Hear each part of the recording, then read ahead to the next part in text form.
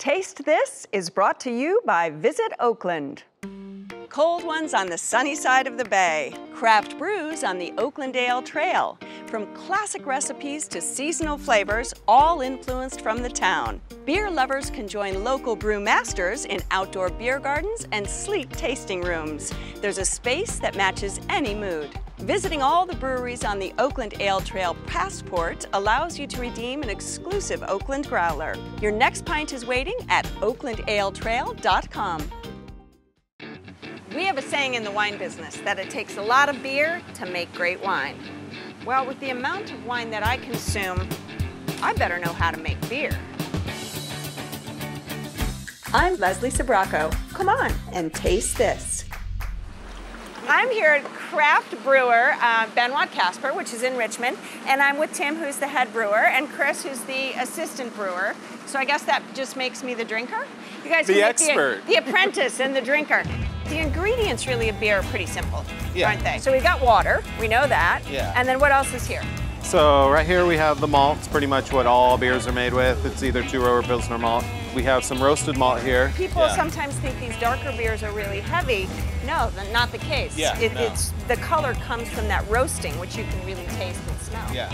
And then we have hops here. They come in a pellet form. Because normally they look like flowers. They're flowers, yeah. Yeah, they look like flowers. Yeah. You can kind of grind it up and see. Now it really smells like hops. Very aromatic, very floral. Here's some flaked rice. This goes in our Saison. But that's not as common.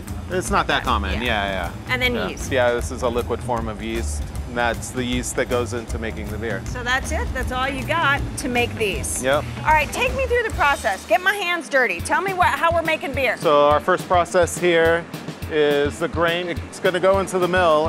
The mill will crack the grain. The grains will depend on what kind of beer we're making. So as the cracked grain is coming down through here, this is where the hot water is coming in to hydrate it as it's going in. And we have a rake stirring everything. Which creates the mash. Yeah. And you can really smell that. Oh my God, it's a very aromatic. very sweet aromatic smell. Yeah. And after it rests in there for 60 minutes to extract all the sugars out of the grain, we pump it over to the boil kettle. And that's creating the wort. Yeah. From the boil kettle, it comes into here and we add hops and then we whirlpool it. So it spins in a whirlpool and all the proteins and hops will settle in the middle. So this is the byproduct, this the yeast. And you don't really do anything with this? No, this just gets dumped. We're done with it. It does still have kind of an aromatic hoppiness to it. Yeah. Looks like baby poop. Now we've gone through all this, we've got the refuse. This is all the good stuff in here, right? Yeah. It goes through a wort chiller because we want to pitch the yeast at a certain temperature.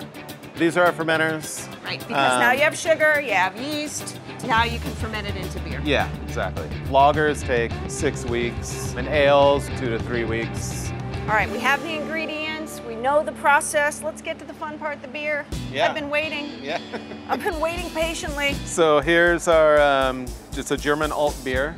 It has some of those darker malts in it. It's an ale, but fermented at colder temperatures. And you know what that is? It's got that cocoa-y sort of lovely cola note to it, but it's so refreshing. Yeah. Very light beer. Yeah, okay. And then here we have our double IPA.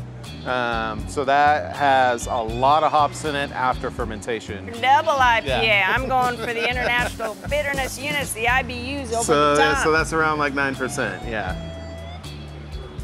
Oh yeah, that's hoppy. Yeah. That's bitter. Yeah, it's not for everybody. No, this is an IPA. I like it, but it is mouth puckering. Yeah. And then this. And then this is our Saison, and that actually has the flaked rice in it.